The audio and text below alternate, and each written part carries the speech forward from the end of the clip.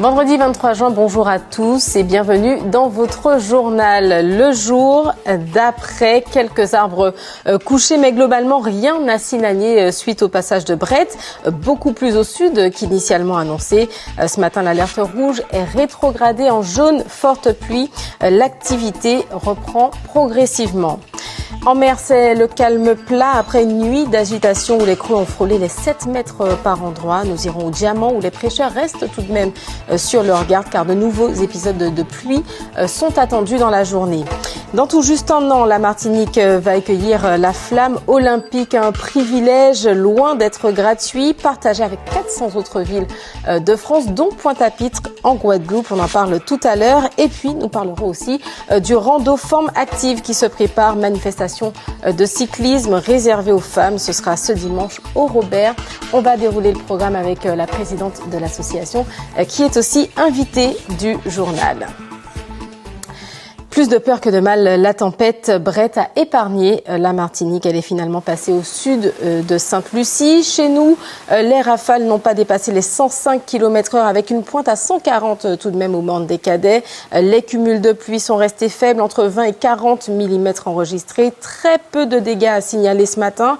Un arbre couché sur la route vers le foyer de la Charité à Trinité. Circulation entravée par endroits entre Schellcher et Sainte-Marie. Au François, un pylône est tombé sur la route. Des équipes du SDIS ont dû intervenir. C'est le reportage de Christophe Arnerin et Patrick Jean-Guiteau.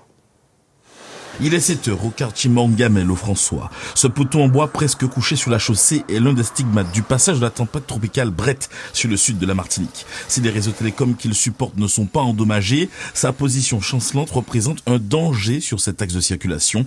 Très tôt, une équipe de pompiers franciscains a pris en charge cet incident afin de sécuriser la zone. Le risque, c'est que, pour les usagers de la route, puisque la circulation replie, comme vous le voyez, c'est que les gens sont surpris. Et puis qu'on assiste à un suraccident. Ce que nous avons fait ce matin, c'est que nous avons mis de la rubalise sur la zone pour prévenir les usagers du risque, en attendant que les équipes, les opérateurs spécialisés puissent intervenir, ce qui a déjà été fait. D'ailleurs, on les attend sur site. C'est alors qu'entrent en jeu les équipes chargées de la maintenance des réseaux télécoms. Il faut réparer le poteau et s'assurer que le service est encore opérationnel. Ici, pas de souci majeur. Le retour à la normale est prévu dans la matinée.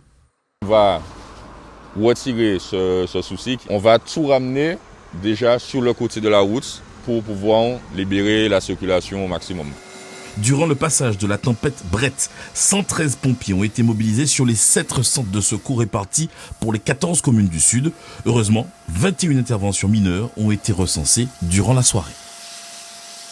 Et à noter qu'entre hier et aujourd'hui, 25 000 abonnés ont été privés d'électricité. EDF annonce que 85% du réseau est rétabli à cette heure. D'ici cet après-midi, la situation devrait revenir à la normale dans tous les foyers.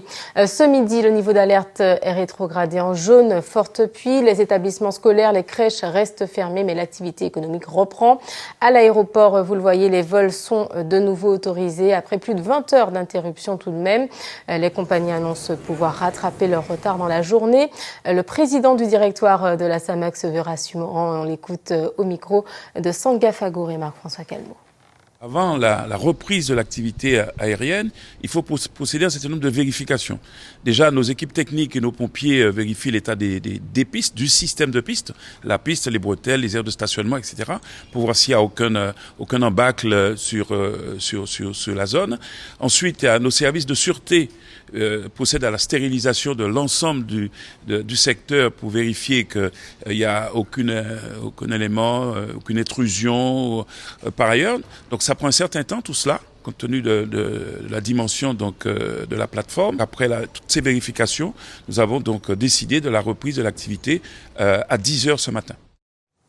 La reprise également pour les commerçants privés d'activité toute la journée d'hier. Aujourd'hui, le niveau d'alerte leur permet de rouvrir le rideau, mais ce sont les clients qui manquent à l'appel. Les transports aussi reprennent doucement. Tour d'horizon avec Edwin Eldéral et Patrice Châteaudégua. C'est le calme après la tempête. L'activité économique reprend petit à petit. Exemple dans ce supermarché. L'horaire d'ouverture a été décalé d'1 heure, mais le service est assuré. Le magasin ouvre habituellement à 8h. Nous avons ouvert, il était presque 9h ce matin. Donc avec une activité, vous en doutez, un petit peu réduite car les salariés arrivent au fil de l'eau. Donc le magasin reprend vie au fur et à mesure. Mais dès 9h ce matin, nous accueillons les clients. Il y a très peu de personnes dans les rues, notamment dans le centre-ville de Fort-de-France. Le manque de population se fait sentir dans certains commerces. En fait, on a ouvert et on s'est aperçu qu'il n'y avait pas grand monde en ville, donc c'est pas la peine d'user d'électricité. Et gardons notre argent pour demain. Demain, ça va être vraiment bien. Les transports urbains redémarrent timidement. Certaines lignes de bus sont encore à l'arrêt. La cause, des routes bloquées par des encombrants après les intempéries. La reprise est progressive dans la mesure où nous avons procédé dans un premier temps à un repérage. Donc pour pouvoir constater, parce qu'il y a eu quand même quelques dégâts sur le réseau, et donc on a dû procéder donc avec les concours des services de l'État et des collectivités locales au déblayage donc de certaines de nos routes et de nos itinéraires. Du côté de la mer, les navettes ont repris depuis 8 heures. Les lignes sont desservies toutes les heures. Les rotations devraient revenir à la normale d'ici demain. Et en mer, justement, un incident a signalé. Un catamaran a coulé dans le canal de Sainte-Lucie. Il naviguait en pleine alerte rouge. Les 4 naufragés qui se trouvaient à bord ont été retrouvés sains et saufs. Ils sont pris en charge à la Ménard. Par chance, un bateau se trouvait à proximité et a pu leur porter secours. On écoute les précisions du préfet au micro de Delphine Bessier d'Ibelle-Rose. C'est absolument incroyable parce que les alertes avaient été données. Hier soir, nous apprenons avant 22h qu'un catamaran a coulé, nous dit-on, c'est les premières informations, et que les 4 occupants ont investi l'annexe et qu'ils sont naufragés à environ 100 km au sud-est de la Martinique. Ce que je dois souligner, c'est que le CROSS a été immédiatement mobilisé, qu'il a gardé contact pendant toute la nuit avec les naufragés, que nous avons su détourner un tanker très tôt dans la nuit, mais dont la progression a été ralentie par les vagues, qui étaient extrêmement fortes, que la Marine nationale a également mobilisé un navire qui a pu se rapprocher des naufragés, navire qui lui-même était armé d'un hélicoptère. Dès que les moyens héliportés ont pu prendre les airs, les naufragés ont été héliportés à environ 8h15 ce matin, et ils étaient au CHUM pour des soins dès 8h45. Donc leur pronostic vital n'est pas engagé. Il y a un peu d'hypothermie, c'est normal. Ils ont eu beaucoup de chance, d'autant que la houle avait rempli l'annexe d'eau. Maintenant, on va voir l'enquête plus profondément, savoir comment c'est passé et à partir de quand ils ont été informés des risques météo et des risques qu'ils prenaient eux-mêmes. Cet incident est survenu en pleine alerte rouge. Hier, la mer était déchaînée dans le canal de Sainte-Lucie avec des crues de 7 mètres enregistrées par endroits. Le calme semble être de retour aujourd'hui, mais du côté du Diamant, les pêcheurs restent sur leur garde. Irène Emonidé et François Marlin. Pas question de sortir en mer aujourd'hui.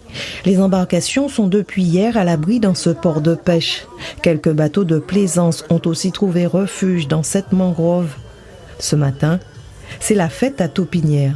Matelots, professionnels de la mer et amis se réjouissent. La tempête Brett n'a rien cassé. Nous pas vraiment à l'abri. Il y en a l'autre qui attaché bateau ensemble, juste pour voir il y en a l'autre force. Mais en réalité, si l'eau monte, en réalité, nous pas vraiment à l'abri. Avec nous, quand on dit que tout va passer belle, ouais. Alors sur le site, musique, blaf, salade entre autres, en guise d'animation. Ah ouais, nous avons dit merci mon Dieu. C'est merci mon Dieu nous peut dire. Parce que si elle n'a pas passé nous pas fait de matériel, nous pas fait d'ailleurs. Qui problème c'est plus mon bail. Nous pas fait la fête parce que tout est bien passé. Nous mettons bateau nous à l'abri, mais à pas lever mauvais, nous pas supposé nous pas faire grand chose. Et comme NAS, parce que la mer n'a pas levé mauvais comme d'habitude. Nous n'avons pas trop de dégâts à déplorer. Nous avons quelques arbres qui sont tombés. Au niveau dans les routeurs, à monde constant, la route était barrée, mais les agents du service technique ont fait le nécessaire très rapidement. Non, pas de dégâts à déplorer.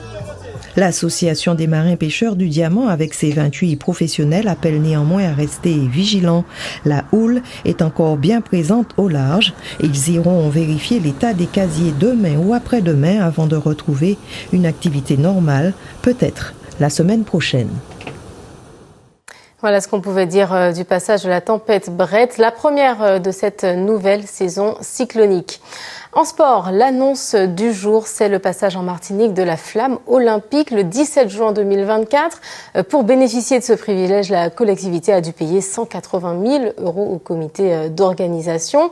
Éric Sintas, bonjour, vous êtes en direct de Paris, vous êtes avec Pascal Gentil, double médaillé olympique. La traversée jusque chez nous s'inscrit dans le cadre d'un relais des océans. Bonsoir Edilia, c'est un relais des océans. En fait, ce sont les Outre-mer qui sont mis à l'honneur pendant une semaine avec cette flamme olympique, puisqu'elle va atteindre la Guyane, la Réunion, la Polynésie avec le site olympique de Tiopo, un site de compétition, la Guadeloupe et la Martinique, vous l'avez dit. Cette flamme qui va arriver chez vous par le bateau d'Armel Lecléache, donc ça c'est aussi un symbole. Elle va traverser l'océan pour venir chez vous. Mais elle sera d'abord la première étape en Guyane pour cette traversée de la flamme. Bon, parce que ce matin on était à l'amphithéâtre de la Sorbonne avec Pascal Gentil. C'est là où le baron Pierre de Coubertin, le 23 juin 1894, a relancé l'idée de l'olympisme. Mais Pascal, quelle émotion vous avez eue quand Tony Stanguet a dit voilà, ça part, c'est parti et ça va en Outre-mer? Beaucoup d'émotions, c'est vrai.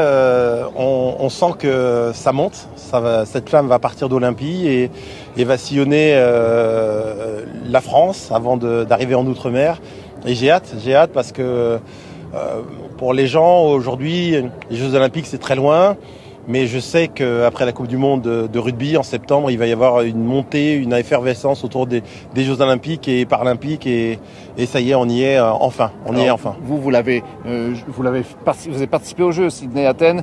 Vous êtes sorti bronzé, pas doré, mais ça reste quand même un moment unique pour un sportif que vous étiez. Ouais, un moment unique. Je reviens pas bredouille. Je ramène la breloque à la maison. Je représente dignement mon pays. Et c'est vrai que vous vous souvenez, j'étais pas très content, c'était pas celle que je voulais. Mais finalement, quand je regardais autour de moi, je voyais que beaucoup de très grands champions n'avaient pas de médaille et j'ai appris à relativiser. Mes parents étaient en bonne santé, tout allait bien, ce n'était que du sport et voilà. Et je suis reparti 4 ans après et j'ai récidivé à Athènes en 2004. Alors cette flamme qui va traverser la Martinique, elle va aller vers la montagne Pelée notamment, elle va traverser des sites, elle va concerner la jeunesse martiniquaise. Quel symbole vous voyez là-dedans ? Le symbole, il est fort parce que cette flamme, elle symbolise déjà la paix. Et ce qui est intéressant, c'est qu'elle va sillonner les territoires. Elle va, comme ce dossier de candidature a été préparé, elle va s'approcher des monuments, elle va s'approcher des sites historiques. Le Mont Pelée, on le connaît. Et les gens vont découvrir un petit peu comme le Tour de France, mais c'est le Tour de France de la flamme olympique. Et puis au niveau sportif, c'est clair qu'on a aussi des sportifs antillais qui ont de grosses chances de médailles, que ce soit en sport co, en individuel. Là, c'est l'année ou jamais pour être les premiers, peut-être. Ouais, tout à fait. Pas bon, même si... Les Antillais sont là et ils ramènent bon nombre de médailles. Heureusement qu'ils sont là. Dans les sports co, tu l'as dit, Eric, basket, hand, les arts martiaux. Non, je suis très content et très fier d'avoir des Outre-mer comme ça qui dignement représentent la France. Et voilà, on espère qu'il y aura des moyens mis à disposition pour faire en sorte que ces sportifs qui s'entraînent au quotidien pour amener des médailles soient plus valorisés et plus représentés. Les moyens, on essaiera de les mettre à vos côtés parce qu'on va retransmettre ces Jeux sur les premières l'année prochaine. Juste une petite question, vous ferez quoi vous pendant les Jeux en fait? Alors moi je suis chargé de mission du groupe ADP, donc Aéroport de Paris. Vous allez accueillir tous les sportifs quoi. Tout à fait, voilà. Ma mission première est d'accueillir le monde entier l'année prochaine avec le groupe ADP, avec les volontaires qui seront autour, qui seront sur tout le parcours des passagers. Voilà, on va accueillir les sportifs, les familles olympiques, les dignitaires, on va accueillir également les sponsors, les top sponsors, donc on aura un gros travail. Beaucoup de boulot. Voilà. Encore, on vous souhaite bonne chance pour l'année prochaine. On Merci aura le temps d'y revenir. Voilà Edilia, je vous rends l'antenne pour la suite et la fin de votre journal. Merci Éric Sintas pour ces précisions et pour la réaction de Pascal Gentil au passage chez nous de la flamme olympique. Dans l'actualité internationale, l'explosion du sous-marin parti explorer l'épave du Titanic a été confirmée par les autorités américaines. L'appareil était recherché depuis dimanche dernier. Ces débris ont finalement été retrouvés, identifiés hier. Parmi les 5 victimes à bord, le grand explorateur français Paul-Henri Narjolet. Le reportage de Maryse Bianco. Le submersible s'est disloqué dans les profondeurs de l'océan Atlantique. Les 5 passagers du Titan sont morts. Une implosion catastrophique selon les gardes-côtes américains. Les débris de l'engin ont été retrouvés à 487 mètres de l'épave du Titanic. Nous avons retrouvé la pièce avant de la salle de pression. C'est la première indication du fait qu'il y a eu un événement catastrophique. Parmi les 5 disparus, le Français Paul-Henri Narjolet, l'un des meilleurs spécialistes au monde de l'épave du Titanic. L'entreprise américaine qui a conçu cet engin est aujourd'hui mise en cause. Par James Cameron, par exemple, explorateur passionné des fonds marins et réalisateur du film Titanic. Ils n'ont pas écouté les avertissements sur ce sous-marin qui n'est pas certifié. Des moyens vertigineux avaient été mobilisés ces 4 derniers jours pour retrouver les passagers. Retour chez nous, une randonnée de VTT se prépare. Ce dimanche 25 juin, l'association Team Active Girls donne rendez-vous à toutes les femmes amatrices de cyclisme sur le front de mer du Robert. Il y aura des initiations au vélo, mais aussi des parcours de débutants, d'initiés. On en parle avec vous, Sabrina Ferdinand. Bonjour. Bonjour. Vous êtes présidente de l'association. Voilà, présidente de l'association Team Active Girls. Donc, c'est une association qui regroupe 180 membres adhérents à la Fédération française de cyclisme. Et ce dimanche, vous organisez donc cette manifestation. Il faudra se lever tôt, hein, c'est à partir de 6h30. Voilà, le rendez-vous est à 6h30 pour un départ à 7h30. Nous avons des formalités administratives à effectuer, donc c'est pour ça que nous demandons à toutes les dames de venir à partir de 6h30. Alors, vous avez plusieurs parcours. On a vu 12 km, 21 km. Est-ce que c'est tout public? Tout le monde peut venir? Alors, la randonnée est ouverte aux dames pratiquants du VTT. Donc, c'est une randonnée de VTT. Donc, elle est ouverte aux dames pratiquantes du VTT. Et alors, nous avons effectivement mis 2 parcours. Donc, un de 12 km pour les débutantes et un peu plus corsé, pour ne pas dire beaucoup plus corsé, de 21 km pour les confirmés. Et vous avez sur place aussi des villages d'initiation. Comment ça va se passer? Voilà, alors à partir de 8h, il sera possible à toutes les dames qui ne savent pas faire du vélo de pouvoir apprendre. Donc l'école de vélo de la Team Active Girls sera sur le front de mer du Robert. Donc pour apprendre à toutes celles qui souhaitent déjà avoir une première approche. Donc l'école de vélo permettra aux dames d'apprendre à faire du vélo. Donc aux dames, hein, on a bien compris, c'est bien ciblé. Pourquoi justement avoir choisi cette cible, les femmes exclusivement? En fait, l'association Team Active Girls regroupe, comme j'ai dit, 180 adhérents, dont 20 hommes qui assurent l'encadrement. Pourquoi c'était important de faire une manifestation ouverte aux femmes exclusivement? Alors, nous avons l'habitude de rouler avec les hommes et chaque année, nous invitons justement toutes les dames de Martinique à nous rejoindre pour partager un moment entre femmes parce que les randonnées entre femmes et les randonnées mixtes ne se font pas dans le même état d'esprit. Quelle est la différence? Avec les hommes, c'est plus dans l'adversité. Ils ont toujours besoin d'aller plus vite, alors que nous, c'est plus plaisir. Pédaler entre nous à notre rythme, parce que là aussi, hein, les rythmes sont à peu près équivalents. Donc, prendre le temps de profiter des paysages et puis pédaler tranquillement entre femmes. Est-ce que les femmes ont un défaut de représentation dans ce sport? On a vu dernièrement une compétition, par exemple, à La Réunion, où il n'y avait que 3 femmes contre 8 hommes qui représentaient la Martinique. Alors, au niveau de la Team Active Girls, nous faisons du VTT loisir, mais il est vrai que au niveau du cyclisme féminin en Martinique, on nous le signalait récemment en réunion de président de club, il y a un manque d'effectifs au niveau de la compétition pour les femmes. À quoi c'est dû? Je pense que c'est surtout au niveau de l'encadrement. Parce que ça demande une disponibilité d'un entraîneur. Il faudrait que chaque club puisse mettre en place une section féminine avec un entraîneur dédié. Et les bénévoles sont très difficiles à trouver au niveau des compétiteurs. Donc je pense que c'est surtout dû à ça. C'est surtout dû à ça, mais du coup, vous à votre niveau, vous avez des pistes de solutions pour avancer sur cette question? Alors déjà, recruter des dames. Donc déjà, alors le type de manifestation que nous organisons, justement, donc c'est du loisir, mais à partir des manifestations loisirs, on peut quand même détecter des dames aptes à pouvoir faire de la compétition.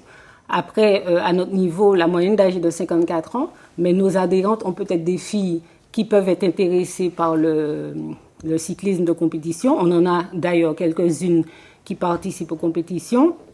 Mais ça pourrait être une piste déjà de proposer à nos adhérentes que leurs filles fassent du vélo de compétition. Merci beaucoup Sabrina Ferdinand, présidente de l'association Team Active Girl. On rappelle le rendez-vous ce dimanche, donc 6h30, à partir de 6h30 sur le front de mer du Robert. Est-ce que je peux juste rajouter que les dames ont la possibilité de s'inscrire, puisque bon, la manifestation, il faut s'inscrire au préalable, normalement jusqu'à ce soir, mais bon, on peut décaler sur un Internet petit peu. Non, alors c'est par SMS au 06 96 38 85 62. 38 85 62, le message est passé. Merci beaucoup. Merci. On poursuit ce journal avec Didier Dinard qui est en Guadeloupe pour la Air Caraïbes Cup qui se déroulera donc à Cap-Esther, à Basse-Terre jusqu'à samedi. L'occasion pour les Guadeloupéens de détecter les futurs joueurs pour son club d'Ivry.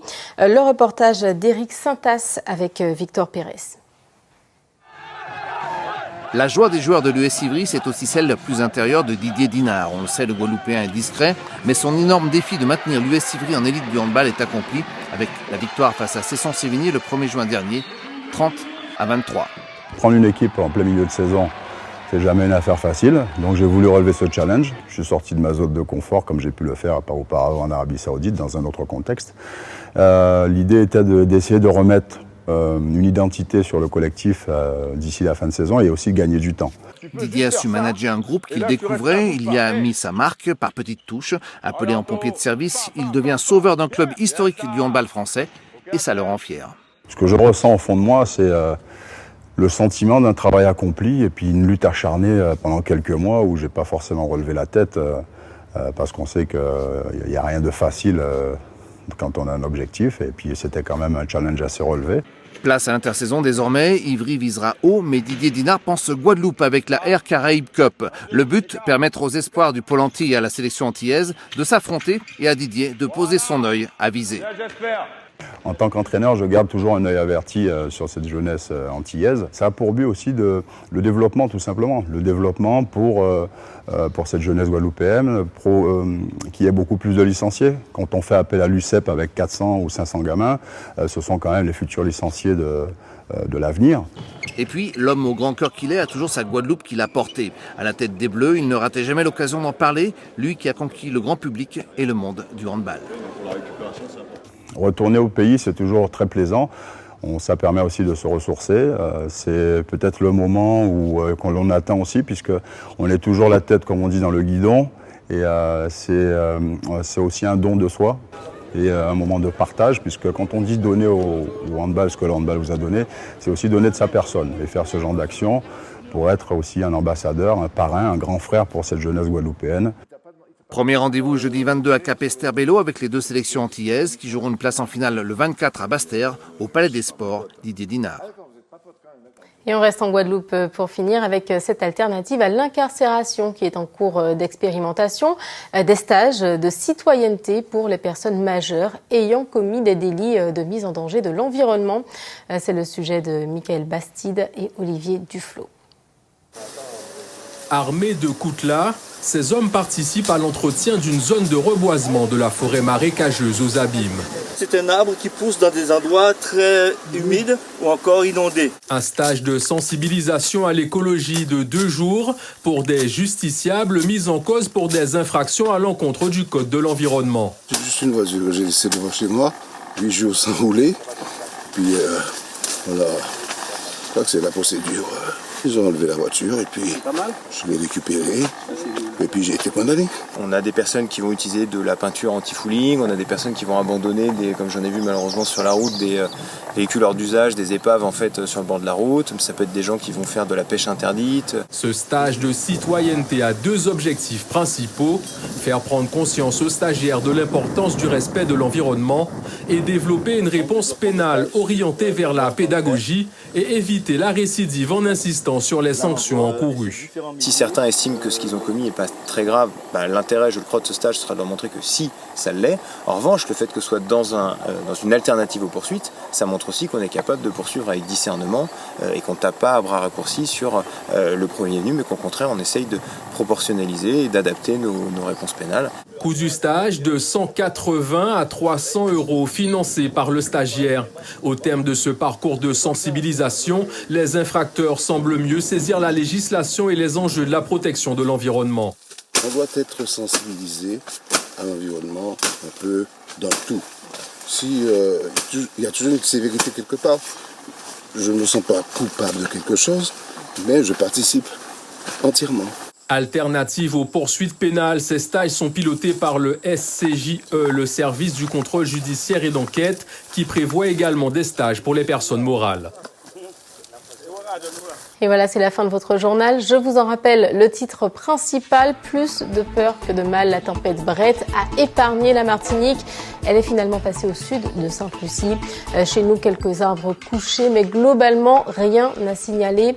L'alerte rouge a rétrogradé en jaune, forte pluie.